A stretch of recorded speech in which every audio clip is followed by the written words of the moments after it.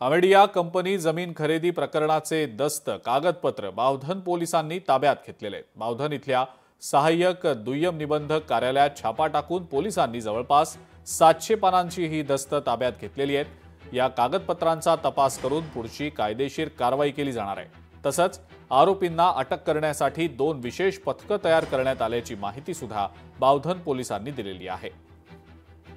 जो संपूर्ण दस्त आहे तो संपूर्ण दस्त त्याची स्कॅन कॉपी जी आता कार्यालयात उपलब्ध असते त्यांनी शासकीय कामकाजासाठी म्हणून पूर्ण त्याची एक नक्कल आपल्याला दिलेली आहे आणि तो दस्त आपण जप्त केलेला आहे। या चौकशी दरम्यान लिहून देणार आणि त्यांना सहाय्य करणारे दस्त नोंदणी करणारे त्यावेळेचे दुय्यम निबंधक अशा या तिघांचा जो स्टॅम्प ड्युटी आहे 2% होणारी 6 कोटी रुपये ती त्यावेळेला भरलेली नाही।